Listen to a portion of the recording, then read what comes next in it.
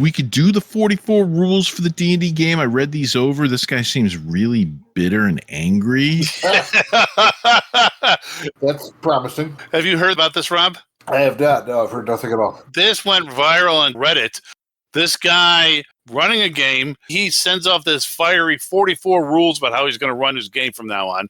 And the guy posted it on Reddit. A lot of people are talking about it. Right. He seems like he's not DMing for a group of friends. He seems like he's like a professional DM. Oh, okay. I just assume he doesn't have any friends. Some of these aren't controversial. Some of these I fully agree with, but most of them just come off like, dude. This sounds good. All right, so here's number one. Number one of our 44, what is this, 44 big rules for being a DM or something? Or for his D&D game. I will say before reading it out loud, I don't really object to this that much. I'm timing turns. I don't give a fuck if it's unfair in your opinion because your spells are hard or you don't know what square to move to. You get 1 minute to know all the actions you want to take or you're getting skipped. This is obviously a 5e game where you have insurmountable amount of options. Oh, yeah. I mean, how do you even keep track of all the shit that you can possibly do? I had a problem with 3rd edition, just keeping track of all the feats. Who's taking more than a minute? I mean, you see the way we play. This is why Basic is so much better, because we go through combats pretty quickly. Yeah. It seems like some people are just in love with combat. Or they're not so much in love with combat as terrified of role-playing. So they just want to fight everything. I think it's this obsession with being as realistic as possible. So you need all these intricate rules to make sure the combat goes properly. Our party can't even muster the patience to deal with like flanking rules. Well, you didn't want them, so what the hell? I know. That's how simplistic we are. That's good. I like that. But we still have fun. I mean, that's the important thing. Precise combat like that, if you like lots of charts and rules and like that, but it seems more of an obsession than something you're enjoying. Yeah, a lot of times in the middle of combat, I'll pull some ridiculous move, like pick somebody up and throw them at somebody else's head or something. I don't want a chart detailing my exact ability to do that and how that's done. Even that chart we had doing the critical hits was too much for us, right? We were just basically just wretches, just wandering messes with missing eyeballs and broken arms. It's more realistic. Doesn't it make it more fun? No. If I ever joined a party and the DM tried to enforce encumbrance rules, I think I'd be out. Just no, just stop. I'm not going to calculate the minutia. You know, I have 80 copper coins and that's 1 encumbrance or whatever yeah. Just stop making it not fun. I don't have enough strength to pick this up, so I'm going to put this down. No, wait, let me put down 4 of these. No, this really needs the 1 minute rule. This gets back around to the 1 minute rule. All right. I think we milked this one. Jesus. All right. Number 2, if you want harder fights, bring an extra character sheet and expect to twiddle your thumbs when you die. I'm not going to baby anyone. I mean, do people want harder fights? This sounds like a specific criticism, like something actually happened and he's addressing that. Maybe they took down the big bad guy real quickly. Look at it from this perspective. If you're a 5th edition player, you're virtually death-proof. There's not a lot of drama there. When you guys are in a fight in Basic here, your character could die. You take 2 critical hits and you might be out. I've almost died on a number of occasions, yes. There's a sense of real tension for you while you're playing this. Look at the way Roth got torn apart. Oh, yeah. Good time. When you go into a monster cave, don't yell down and alert them that you're there. I mean, just the fact that he was so oblivious that when both me and McTuffins chose to run, he decided to stay and fight. I'm a hero! He forgot it wasn't 5e. He might have survived if it was 5e. I think he's just bad at math. Well, that's true. From my perspective, I'm on my 3rd character, although, to be fair, neither of my first 2 died. They disappeared for story reasons. But I had Fohawk in the can for months because I like building new characters. I like making new characters. I knew what I wanted to play if my current character dies. So I had one in the can. I think more players should have that attitude. It shouldn't be something the DM needs to demand of you. You should be able to whip out your next character. All right, so number 3 starts a revolving theme. Most of these are, I'll take my shit and go home if you don't like it. So this one says, if you call me or my roles unfair, I'll get up and go home. And if you got a ride for me, you can find your own way home and suck it up. So he's actually going to do like we in our family we used to call it pulling a corky because in life goes on. He'd always the Down syndrome child corky. We'd always get all upset and then he'd run out of the room like. Arr! So the DM is basically going to pull a corky if anybody calls his rolls unfair. Well, first of all, how do you call a roll unfair? Yeah, it's a roll. Well, I do that to Owlbear Rodeo all the time. I have my suspicions. But you're not blaming me. I mean, you did pick Owlbear Rodeo. Okay, fine. Fair enough. You're just demonstrating the concept of confirmation bias. It is, because there's plenty of fights that go the other way, and I roll more dice than you do in the long run. So it seems like I'm rolling more of those because I am just because I'm rolling more dice. Why is he so sensitive about accusations of unfairness if he's not actually being unfair? If somebody calls one of us unfair, we just say, fuck you, and move on with our day. Yeah. He seems very thin-skinned to be a DM. You're just going to, like, run off in a huff if I accuse your dice of being dicks to me? He seems really defensive. Yes, he is. All right, number 4. I'm going to take your character's loot as quickly as you want it given out. And then he puts rule 3 will apply here, meaning, I don't know. He'll go home if you call it unfair. Now, this would piss me off. This would piss me off as a player. If it happens in-game organically, but to say, I'm just going to take your stuff away is bullshit. How is that fun? That's punitive. Yeah. Like, the more my party enjoys earning loot, the more I'm going to take it from them. Is that what he's saying? It's more like a nasty little, well, you want stuff? Fine, you can have it, but then I'm going to take it away. I assume that's what his voice sounds like. It seems very pissy. Yeah, that seems like a poorly written rule. I'm not sure what he's talking about exactly. This one I have real problems with, and it's probably... Okay, I'll read it first. If you don't act out your persuasion or intimidation or other social checks, you fail before you even roll. You fail immediately because you're not even trying and making the game lame for everyone else. He's saying he's so much into the role play side of the spectrum that if you don't act out your attempt to persuade somebody or intimidate somebody, then fuck you fail. I guess I can kind of see that one. It's fun to act it out, and it should be encouraged. Well, okay, before you say that, every time we play with Andrew and he says, oh, no, in character, out of character, in character, and he's always having to specify. We don't need you to specify. We know. Yeah. We don't tend to role play that much as a party compared to probably a lot of other people. He could be pissed off. He's like, okay, well, I intimidate the guy to get him to tell me what I want. I mean, like, okay, what do you say to him? Something like that to make it a lot more interesting. I can understand. My thought on this is I'm playing a character with an 18 charisma, but me, myself, I don't have an 18 goddamn charisma. So whatever Impulso is going to say to trick this woman to go to bed with him or to trick the shopkeeper to discount, I have no clue. I might have like a 10 charisma. It's like having, the nerdy dude playing a barbarian try to bench press 400 pounds. It's just not going to happen. Or a guy who's stupid playing a character that's intelligence 18. Roleplay's good and all. I mean, I spent months doing a Michael Jackson voice for the sake of role-playing. Well, then Andrew takes it too far, of course, because he would, when he first started, he would like dictate his character's every movement. It's like he was writing a book in first person. I stand up and walk around, put a weary hand to my head. The wind blows the sweat off my brow. And we were making fun of him about it. I think it's because he plays too much of the online stuff where it's people just writing paragraphs like that at each other, and that's all it is. I'll say I don't mind a DM insisting on doing this, but I also believe in, good faith effort. If somebody makes a good faith effort, then that's good enough. Exactly. I would never automatically fail someone because that's ridiculous. Number 6. If you don't pick up cues for side quests, that's not my problem. Get over yourself. It's not a video game. It's a role-playing pen and paper-based game with miniatures. I'm not holding your hand if you choose not to pursue shit. Now, I think Rex will be on board with this one a little bit. Yeah. There's been stuff that you guys have been absolutely not interested in. I think he said something to them like, oh, you guys missed out on some good stuff, which is ridiculous. Because there's been times when you have not gone for stuff that I just recycled later on. This is not the DM story. I think he's confusing that.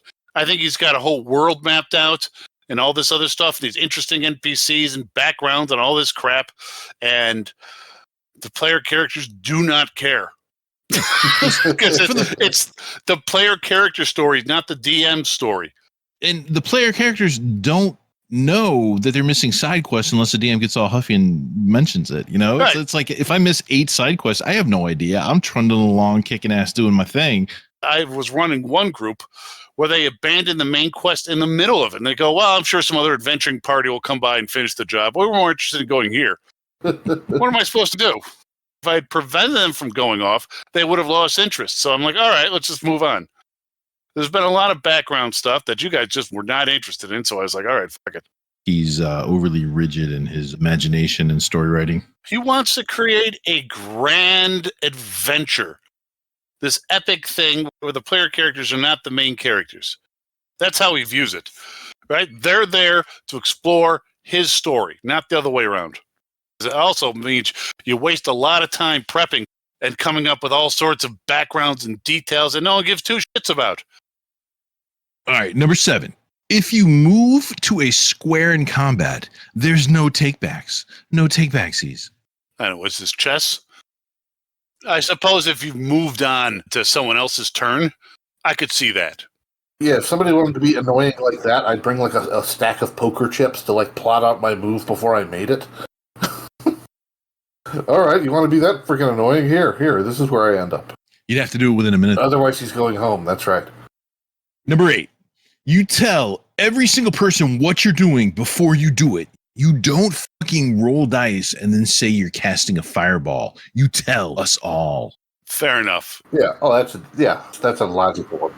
I don't have a problem with that one. I mean, declare your action before you go rolling dice. If you just erroneously roll, especially when somebody else is going, like Andrew would always like roll a 20 when somebody else was going and try to claim it.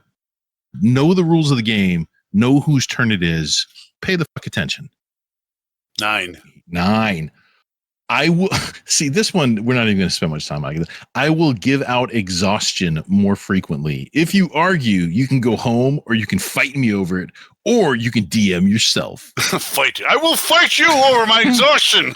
I mean, exhaustion, that's like encumbrance. Exhaustion's a rule. Technically, you've been going for 48 hours straight. Your character should not be as powerful. I play fast and loose with it. A lot of people do because how fun is that?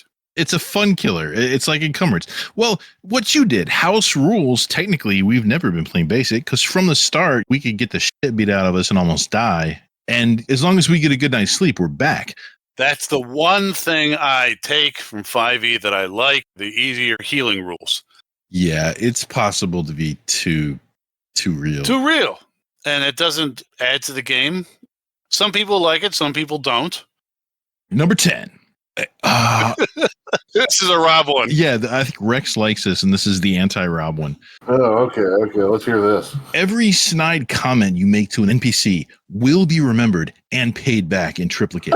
You all seem to believe there's little consequence. I don't mind this one at all. If you show up in front of like the Duke of the Keep and you act like a dickhead, he'd have you arrested and take your head. Quit being a dick. There is a tempest in me. I think you'd like this one, Rex, because it's like, okay, you do something. You shoot a giant shrew in the ass this episode. 4 episodes later, you get assaulted by that shrew and then a whole army of giant shrews. I think it's the Zippo one that really illustrates that. One event led to another, and you let him go because you thought it was funny. And then it's turned into this major menace. He seems really pissed off about it, though. And it's an opportunity for a DM. And the people that do take it too seriously are just no fun to play with. Yeah, you don't want to game with them. Again, you have to tailor your game to the players. If you know, like Rob, that they're going to do something assholic, don't structure the game in such a way that will affect the adventure. You have to tailor the game to the players. Number 11, you will not be given a mega dungeon every session. A temple is not the size of a small city. Neither is a cave. This shit will happen when it's natural and organic. Are his characters constantly complaining that they don't have a mega dungeon every session?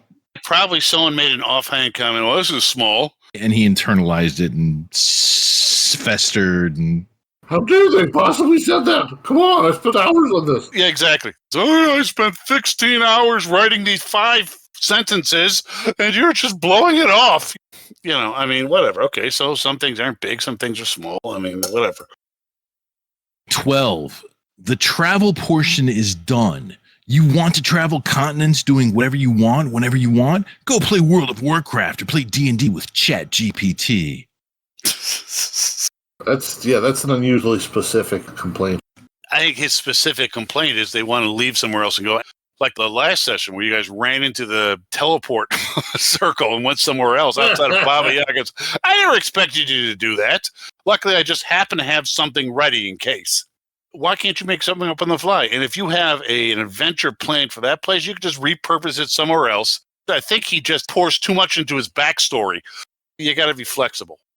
It seems like he's rigid enough where if it's like, here's the keep, here's the cave you said you were going to go to, and suddenly you take a left and go to fight lizard men. What are you doing? You said and I had this all planned out for the caves of the unknown. Again, I think he's trying to tell his story and everyone else has to experience it. That's not good role playing. I mean, it doesn't make it fun, especially not for him. He doesn't sound like he's having fun at all. 13, being a fan of punctuality, I do not. I don't object to the thought, but his overreaction to it is a little unhinged. If you're late with no good reason, I'm going to have your character's hit points for the entire session. Yeah, that's super bullshit. That's ridiculous. That's petty. He's gone mad with a moderate amount of power. What if somebody who was in our party was chronically late? Then we start without him. That's the reason why I have the clever mechanic of, I pick up a rock and disappear. That's why it's in there. People are going to be late. And if they're chronically late, well, they miss out. That doesn't mean we sit around and wait for everyone else. I just hate when people are late. That's just annoying. There's no such thing as being on time. You're either early or late. Pick one. Be fucking early in life. If they're that big of a problem that you cannot deal with them being late like this, why are they in your group? Out. 14, much like 13, is about tardiness and not showing up. And also, this person loves double negatives. If you don't show up for no good reason, that would be if you do show up for a good reason. Yeah. I think they wrote this rather fast. He was very angry. He was typing angry. And that will be determined by me alone if no one else has the guts to say shit for fear of upsetting one another. The first time you will find yourself losing a whole level or 3 major items. The second time, you'll be removed from the chat and the group, full stop. I have no fucking time for people not to show up. Of course, he's got a grand epic to unveil. I know, right? It's a game. Yeah, I mean, if somebody said they were going to be there and isn't there and that fucks the whole game, then... How is it going to fuck the whole game? You should be flexible enough that it won't fuck the whole game. If you got too few people, remove a few monsters. Me personally, if somebody had a problem with not just punctuality, but actual attendance, I would engineer a way to kick them the fuck out of the party. This guy's like, okay, I'm not going to take that drastic of a step. I'm only going to have these game penalties for you. Again, he's gone mad with a moderate amount of power. I'm the DM and I can do this, so I'm going to do this. Sounds like a middle manager at a fucking 7-Eleven. I just like when you go to like McDonald's or Burger King nowadays and your order's fucked up and you're not even that pissed off because that's just the way the world is now, where there's really, really dumb teenagers working at these places. These people, I'm guessing, can just, miss this day of work and they don't get fired because there's nobody else that'll do the shitty job. And there's just no accountability. So I think somebody insisting on a little bit of accountability is not a bad thing. And I think he doesn't take as extreme of a step as I would take. Losing a whole level, you don't touch people's characters that way. That's a lighter step than just kicking him out of the group, which is what I'd be angling for. This one doesn't really hit our group that much, but if it did, it would probably hit me more than anyone else. I am an active drinker as we play and as we record. So here's 15. If you get too stoned or drunk to play, I'll go home without warning. Your warning is here. He just said without warning, and then he said your warning is here. Now I see what the problem with his group is. They're all fucking stoned. They're busy having fun. That's why they're taking more than a minute to figure out what to do. Modern weed is no joke, man. That shit should be a war crime. That will knock your ass right on the floor, man. It's not fun anymore. If we habitually played with a person and that person got really just as the night went on, just got if more it and more, slowed the game down, then I don't have a problem with that. His whole doing a corky and running out the door and grabbing his shit, that's weird. But I get where he's coming from. If you get up for a bong or a smoke and a pancake, every 10 minutes, I will simply pack up and go home. I'm sick of waiting for every bloke. Oh, he's British to be at the table. We don't take enough breaks. Usually my bladder's bursting by the time we actually take a bio break. We should just say something. Well, I don't think about it. I'm caught up in the moment. And then after the fact, I'm like, I haven't peed in 3 hours. I don't think these guys are caught up in the moment. What I'm wondering about this guy is if he's ever made it through a session or if he's just launched himself out the front door with no explanation as to why 20 minutes into every session. I think he needs to start taking those bong hits. Yeah, dude, relax. 17. Guidance, divination spells, owls, whatever spells they decide are too fucking stupid are banned outright. No more fucking guidance. Guidance is a cantrip that can be cast over and over and over again and gives them a plus D4 to their ability rolls. I assume owls do that too, or is he talking about the... I don't know. Divination spells are like, where's the main bad guy? Where are the traps so I can avoid them? That sort of thing. So, I mean, again, I don't have a problem with it because half our stuff is just role-playing anyway. If he has a problem with it, discuss it with the party and house rule that shit. There's no reason to put it in your list of 44 things. I think he's making all of his dungeons from scratch, he himself, which takes a long time. And I almost never do that. I always rip it off somewhere else and just repurpose the background material. He needs to stop knocking himself out putting this together. You can spend 3 hours on a dungeon and then they knock it over with all their spells in 20 minutes. You're going to get pissed off. Well, stop doing that with your dungeons. Buy some old issues of Dungeon magazine. You'll find tons of stuff there. I based an entire campaign off of 2 issues of that magazine once. Number 18. This one I wholeheartedly agree with and have no objections. You get 1 chance at a skill check. If you fail, your party doesn't get their chance to do the same check. Think carefully who's good at what. An entire party full of dump stat charisma people, and you're just in the midst of, caught up in role play. I'm going to step up and talk to this vendor and try to get a discount. No, fuck, you have a dude with an 18 charisma standing right there. Send him. If you don't plan that far ahead, then you're going to get what you deserve. I ran across the same problem with Baldur's Gate. I'd run up a thing and then he'd fail its perception roll and then everyone else would make it or something like that to find stuff. Oh, yes. Suddenly we all feel like one of them is going to make it. So, yeah, I agree with this. That's a session 0 homebrew. DM says, hey, guys, this is the way I run my game. We're not going to do this because it doesn't work out well. You don't need to put it on a pissy list like 8 sessions in or whatever. Just fucking deal with it at the start. Okay, 19. Discussion of metagame details in-game will result in instant damage to your character. We metagame all the time, but then we also call everybody out on it all the time. Because usually when we metagame, it's to fuck with another character. This is just part of the role-playing experience. Player characters are going to know stuff. They're going to know how to kill the gelatinous cube. And to expect them not to know that is a waste of time. Yeah, some nerds have read all the old books. You've also run across gelatinous cubes in the past. It's so easy to handle somebody trying to metagame. You just say, no, I don't allow that. Let's move on. Why is this dude putting it at number 19? Does it deserve to be a 19? Because he's creating an epic adventure in his mind. He wants to play it out. I think he was trying to create an epic post in his mind, and he had like 30, and he tried to pad it. Number 20. Rules lawyering. You want to try that again?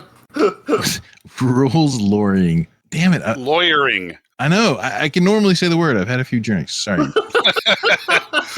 He's too stoned. I'm going home. He's in violation of 14. Let's get out of here. Rules lawyering, fellow players, is encouraged, but actualing me will just result in me telling you to actually, shouldn't he know the rules? I don't know a lot of the rules. Is he saying feel free to rules lawyer all you want as long as you don't do it to me? Is that what he's saying? Yeah, exactly. He wants them to rule stomp each other so he can sit back and giggle in a superior manner. Oh, so he can feel smarter than them, but not have it actually rubbed in his face that he's not smarter than them. Feel free to keep every other person at this table in check, but if you try to check me, the hammer's coming down. That's basically what he's saying. I'm just the exact opposite. I hate it when they do it to each other. Andrew kept trying to do it to all you guys. Shouldn't he have to make a dexterity roll to get on his horse? What the fuck do you care? I do that sometimes, but It's usually for comedic effect, though, right? I try not to be petty about it. We used to do it to other people a lot just to piss them off and then laugh. But then when you do it to me, I'm like, okay, I'll listen. And sometimes you actually have a valid point. Number 21. You roll your dice within sight of two people who aren't your standard. You roll them neatly and you roll them on the table. Failing to do these three things will automatically fail whatever roll you just did. Arguing that you actually rolled validly when you clearly didn't will result in an automatic critical fail. Someone's pulling some fast ones.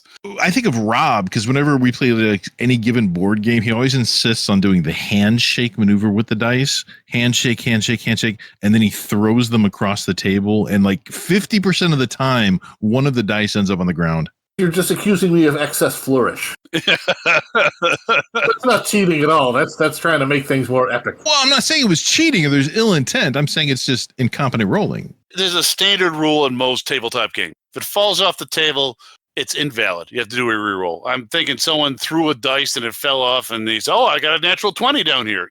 And then argued about it. And instead of automatically shutting that shit down, he decides to like get all, I'm going to write about this on my Reddit post. Number 22, instant death traps and mechanics are coming into play as of now. As of now.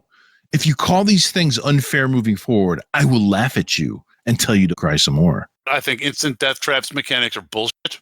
You should always get a chance to survive. I don't care if it's realistic or not. Yeah, it's not fun. It sounds vindictive, and it sounds like it's something he really wants to do to kill some player characters and show them who's boss. The only time I think it would be acceptable is if you're actually legit playing Tomb of Horrors.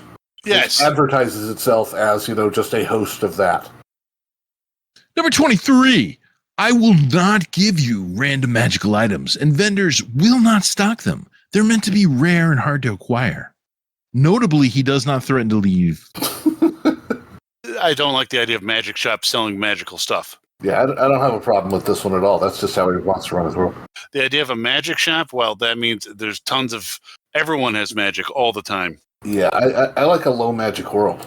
Generally, when you play D&D, it's set in something closely approximating like a medieval setting. There's magic. Magic's out there. Instead of taking a horse and buggy to the next town or, a cart or whatever, shouldn't you be flying on like a gem-encrusted gnome ship? Why is this not happening? I wouldn't mind a little more magic, like taking a shit in a castle and it's actually the hole and the shit drops off the cliff, I don't want that. I want like a gateway to the realm of Beelzebub where my shit goes. It's a magic world. I've thought about this too, in that, if you had like a high magic kind of world like this, how like armies would act. And it seems like you'd have to have small teams of specialists and stuff, much like modern armies, where if you get spotted, you're dead. That's the whole thing, is just everybody's got to be as invisible as possible. Because the moment you get spotted, 6 wizards from, miles away are going to chuck fireballs at you. That's why you have shield mages. Well, yeah, but you'd need like you couldn't have large armies because they'd just be wiped. The Keep on the Borderlands is a low magic set. There's barely any mages in it whatsoever. I understand what you're saying, and I've thought about that too. Then I realized no one gives a shit about background worlds, and I'd have to really remake a world to do that. I might do that in the future. Why do we have to rely on torches and lanterns? Shouldn't we be able to buy just like a mage stone that lights up? I could make one for you. I just like having Katis around. God damn it. I have continual light in my spell list right now. You put that on a rock and you keep that in a bag and you pull out the rock whenever you need light. That's fine. All right. Number 24. Random encounters in the form of random... He's already said random. Why use that twice in a sentence? Random encounters in the form of random dragons or strange, mysterious road travelers or a band of goblin prostitutes is not going to happen. Go play Baldur's Gate 3. I have no idea what the fuck he's talking about. When we first started, remember you said the Caves of Chaos is too powerful. Let's just randomly walk around and see what pops up. So I rolled on random tables and had stuff pop up. He's got a carefully planned plot for the players to go through. So they veer off and go somewhere else when he says, you're not going to run into anything. So It's his way of railroading players without him actually admitting these. I don't think he sees it as railroading. Again, he's got a very intricate, important plot. Player characters are small parts of. It's really about all his NPCs. So would goblin prostitutes be a bad thing or a good thing? It'd be an interesting encounter. Yeah. Well, there's the new goblins, kind of like the new orc that look all heroic, and like the female orcs are all like supermodels. Now they have like the hot goblin chicks. Yeah, modern D&D, just like every other piece of media, the only real bad guys are straight white men. Again, he's trying to force everyone to do what he wants to do rather than refereeing. One of the other words for a game master or dungeon master is referee. And the specificity of saying a band of goblin prostitutes means that at some point, he didn't just pull that out of his ass. At some point that came up, or somebody's like, I want goblin prostitutes. And he's like, no, but my story. So you're saying like a good DM would just, all right, here's some goblin prostitutes. Yeah, go with it. Plus, these goblin prostitutes are probably actually sent to kill us, and are going to knife us in our sleep. Number 25, he does not give two fucks about what Reddit said about X or Y ruling. So it's like, I don't care if you crowdsource your argument. Fuck you, my ruling rules. I'm thinking they're going on Reddit and complaining about him. Again, this is a 5e problem where there's mechanics for every little thing and up the wazoo and spells. And I think they have their own version of feats. And there's valid interpretations about all sorts of things. And it's like, all right, good. The DM ultimately is kind of the general. So have your complaints, have your rules lawyering, make a few jokes, make it fun, make it funny, whatever. But ultimately what the DM says goes. That's just how the world works. Deal with it. I mean, it just slows the goddamn game down. But again, don't be so goddamn thin-skinned about it. How does this guy have parties with this much contentious bullshit going on? It just sounds like it's complete chaos. Like, why are you doing this, man? Who is he playing with? Even if we had some monumental rules lawyering disagreement, eventually it would turn into some kind of plot thing and it'd be funny. Yeah. They're playing D&D wrong. They're doing it wrong. The DM is missing up a lot of opportunities. Number 26, I actually give less of a fuck about what your mate's D&D, again, he's British, D&D group did. So much like 25, like somebody's like, in this group, we did it this way. Therefore, whatever, dude, you being a dick. Or an event happened. I thought this sounded pretty cool. We should do something like that. And he's like, no, we're going to do my story. And then leading further into the whole scenario of what kind of people are you playing with? Number 27, saying anything about other players not liking me doing X or Y without them actually saying it directly to me will result in me kicking you out of the group. Don't use someone else to push your own agenda. What kind of contentious bullshit does this man have? I know, right? They sound like younger people. Yeah, a lot of passive aggressiveness going on. Like a bunch of stone people with their little yellow session 0 cards that are all pulling them out. Like, no, I'm not. Yeah, I think they're barely out of high school. Sounds like a college group. Number 28, you're not to sit down and have a 2-hour discussion about what Samson from Bundura Secondary did 3 weeks ago when you come to play. Take the 15 to 20 minutes I use to set up and review my notes, to talk to each other, then sit down to play. Okay, this does affect us a little bit where you guys use this weekly meetup as, old longtime friends. Let's have a catch-up session. Let's shoot the shit and do our nerd talk. I've called it nerd talk before. We're going to talk about other shit for the first half hour. Well, it's about having fun. We're not actually on a quest. We don't do it that much. Well, we have, a 5-hour session? We're playing through 4.5 hours of it, most likely. And what's the rush, anyway? What's the hurry? Because he's got to get to his important story that he's so excited to have happen. I think he might be one of these guys, too, that is going to try to make a book series out of this campaign. Oh. Those are always terrible. The first Dragonlance book kind of did it good, but D&D sessions do not make epic stories. But they do make great YouTube series. Ding! Sometimes. There's a lot of people trying that nowadays, and yeah, a lot of them just don't have it. Well, because A, they're broadcasting 3 hours straight, and there's a lot of downtime. bad audio, and then boring play. I hate live play. Yeah, we're not interested in that. All right, number 29. This is my favorite one. Saying sarcastic shit like, come on, guys, we're not here to have fun. We're here to play D&D. This is serious business.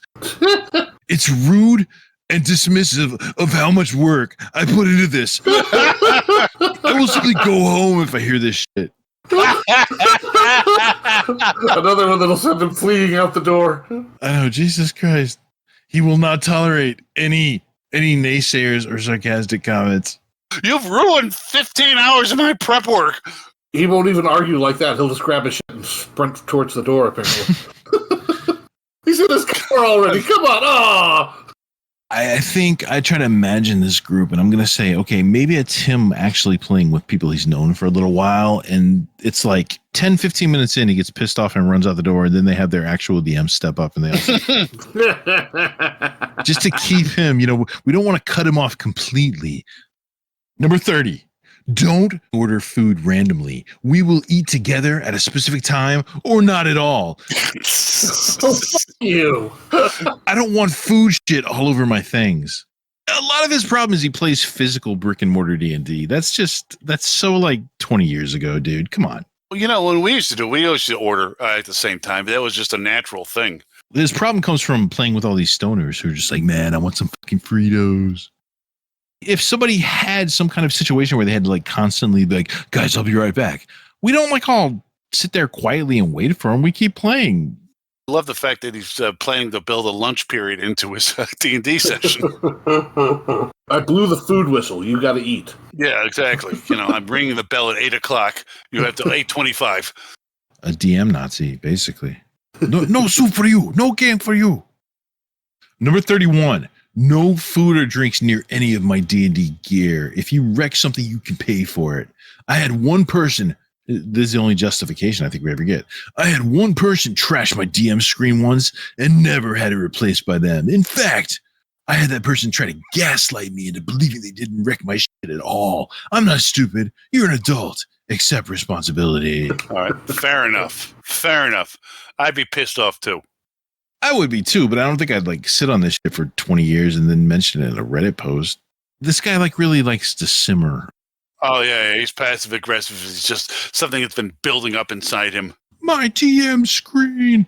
He's not wrong, just his presentation's weird. Yeah, I can see him just being bitter and pissed off, and then somehow when you're constantly socially rejected, you get this arrogant attitude that they're better than everyone. Oh, yeah, that's why they're rejected, because nobody can handle their awesomeness. They see themselves as sort of like victim heroes. All right, here's the arrogance of the supremacy of the DM position. Number 32, arguments between party members outside of roleplay will be resolved by me giving the definitive ruling. If you don't like it, fuck off back home. Two party members start arguing about like their political beliefs or something like that. The DM's like, I'm going to shut this down by giving my definitive ruling. If you don't like it, then you're out. Or two guys who've just ordered the aforementioned pizza and one eats more than his share. And now they're arguing. And the DM gives a ruling. It's like, I'm the captain of this ship. I assumed that it meant that they're arguing about some mechanical aspect of the game.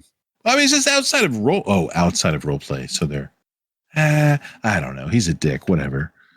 Yeah, it sounds like they've got stoned people in here and a lot of rules lawyers at the exact same time. It's a very weird group. Well, somebody's like, man, you didn't pull the carburetor out of the bong at the right time. And they argue about it.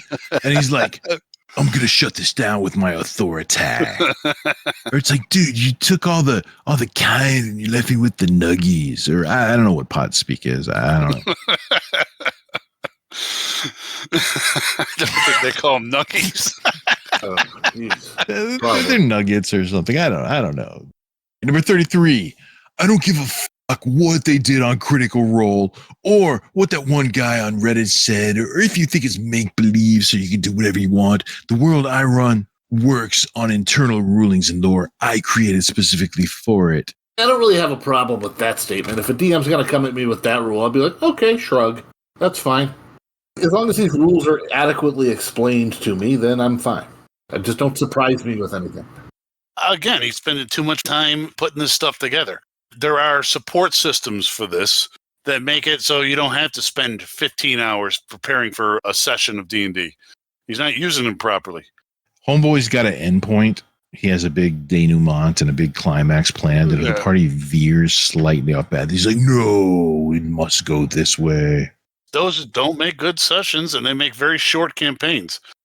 Look at us. I mean, I think we're the definition of sandbox. You guys go wherever the hell you want, do whatever the hell you want. I don't know. We're on like a 10-mile square of reality, so there's only so much sandboxing we can do. We did just find a fully functional Dwarven space boat. That's true, yeah. I ran into a direction I didn't expect you to run, and I had something ready. You're going to put a glowing portal and expect us not to leap through it? I mean, come on.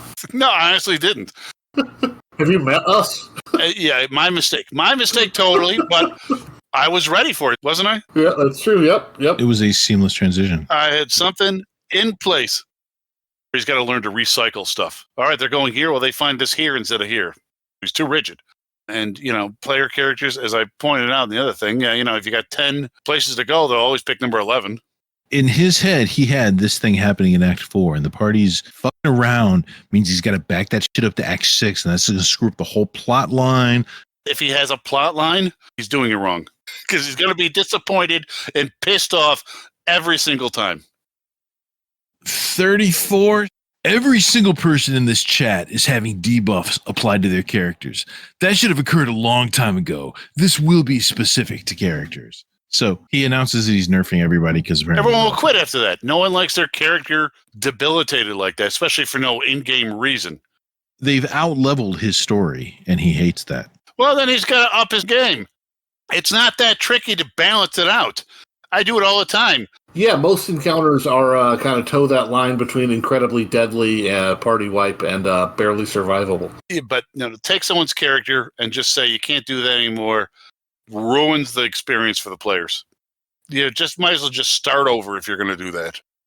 But then you never finish his story that he spent 30 hours working on. Number 35. If you don't bring your sheet, you don't play. Fair enough. I have an Excel spreadsheet and my saving throws. I take a screenshot of that. I drag it onto I have my saving throws. I have the ranged weapons pluses and minuses.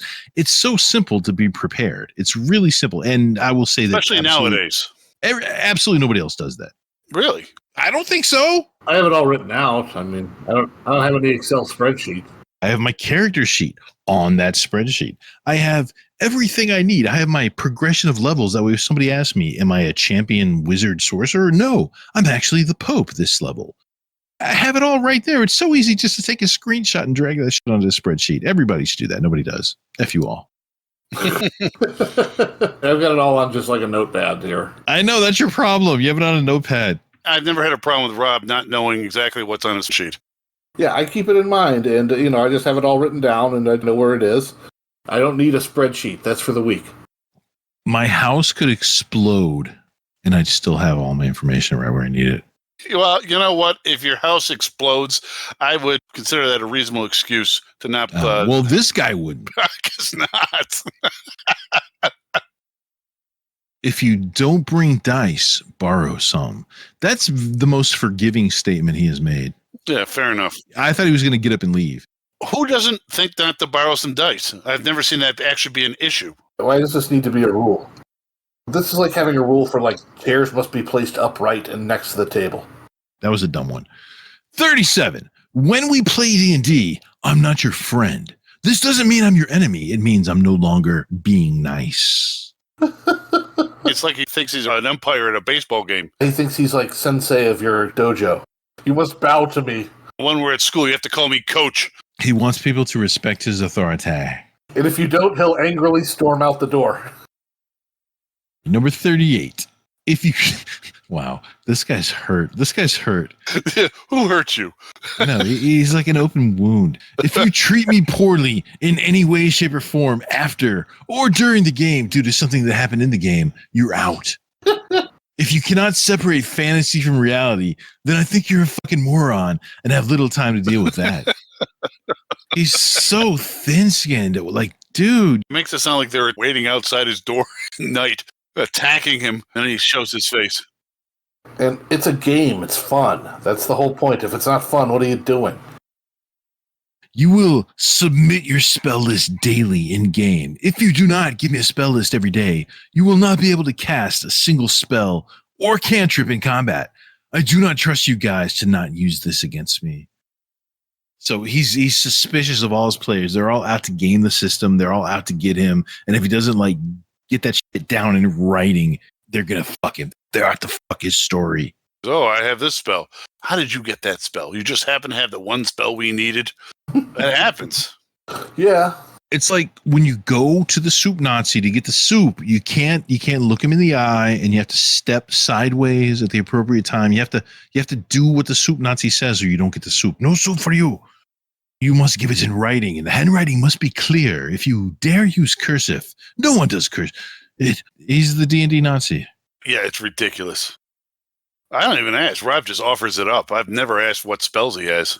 True. But I have been yelled at in the game. Like, when the hell did you get that spell?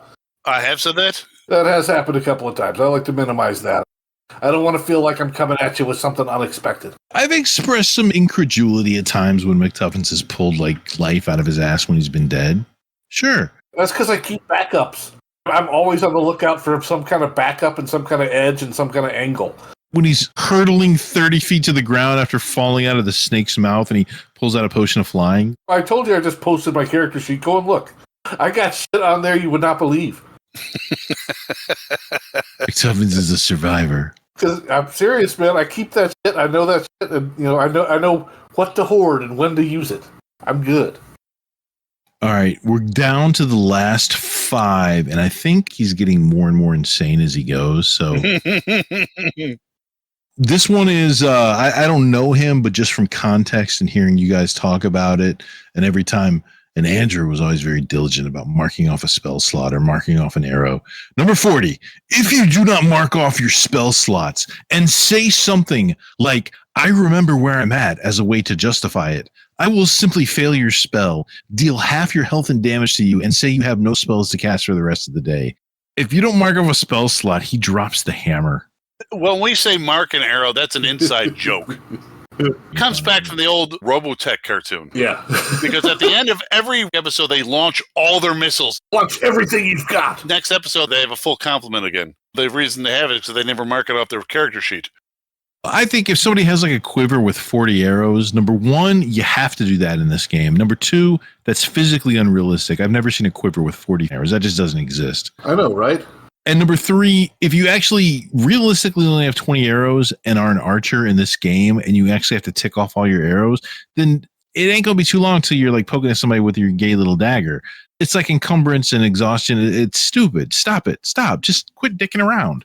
Well, it's not like arrows are hard to come by. Well, yeah, it's a limitation to being an archer, man. It's like you can only know so many spells. Yeah, I know, but you can only carry so. Do you really have 50 arrows on you? Number 41, if you break literally anything, you can buy the replacement that day or not attend until you do. Okay, has this been a problem? Have people been breaking his shit? What if he breaks my heart? But he must not have a lot of money. Or a lot of friends. 42, we're almost there. If you complain about the playlist, I assume he's talking about the music, the background music, I fully expect you to bring the whole playlist the next session or shut the fuck up. How about no playlist? Yeah, how about that? He's putting on music for an ambiance, which is a thing I guess some people do. I always thought it was annoying. Just something else I had to keep track of. Yeah, and he had it baked into his whole concept of the story, and he had it all planned out, and somebody complained about it. He's like, oh, what the fuck? Man, I spent 3 hours putting together the ultimate playlist for this dungeon, and you guys don't go down it. 43, I think he's running out of steam at this point. I think he's cathartically expiated all his anger. Cannot stress enough how little he feels about. So he's saying he's done. He's done with everybody's complaints. He's not going to hear it. Yeah, again, that is padding because he's pretty much said that 100 times before. And then 44 is the ultimate pad. I'm never just threatening you. I'm promising you. You sounded like Dirty Harry just then. Really? I'll kill your character if you don't take this seriously and appreciate all my work. I would like to see this guy run a game for us. Oh, yeah. Just in with Rob. And then, Matt, you don't know this, but I'm not much different from Rob when I'm role-playing. My characters are complete dicks who don't give a shit. I'm not interested in any stories. Do we have any alternative DMs at all? It won't be as much fun as me. Yeah, that's true. There's nobody around who can really do it that well. I'd put myself forward, but I'm afraid I'd turn into this guy. Just like Rob says he doesn't play D&D to win. I don't play role-playing games to tell anyone else a story.